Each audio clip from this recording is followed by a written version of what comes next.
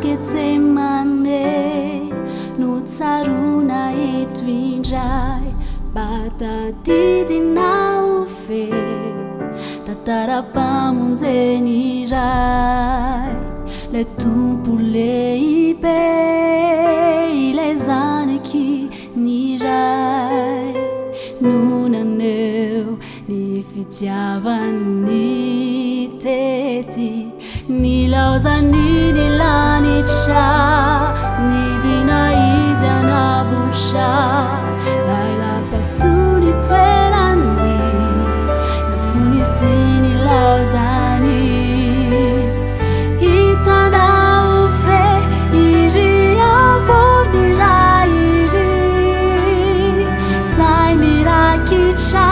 lay azo fijaliany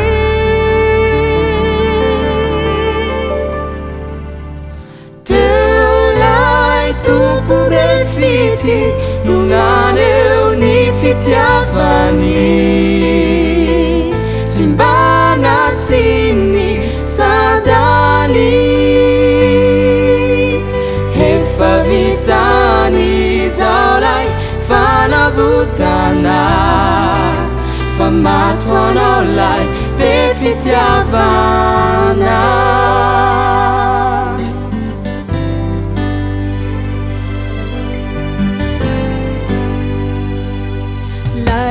tao Getsemane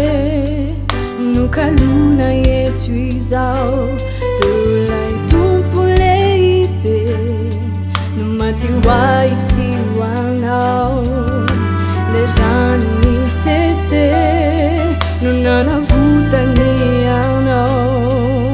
tsy fonanao eny tsy fonanao niaritany avoko ireo fijaliana Jesoko io lay tomponao jereo moa tsy honena venny fo no ianao no nanolorany ny rany fa izy rehefa ty de ty hatraminy farany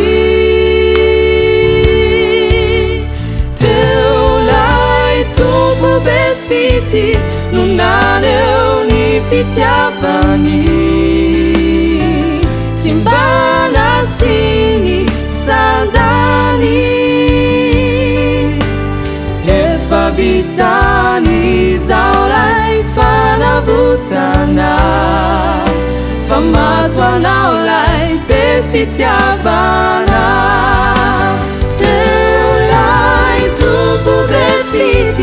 nunaneo ny fitiavany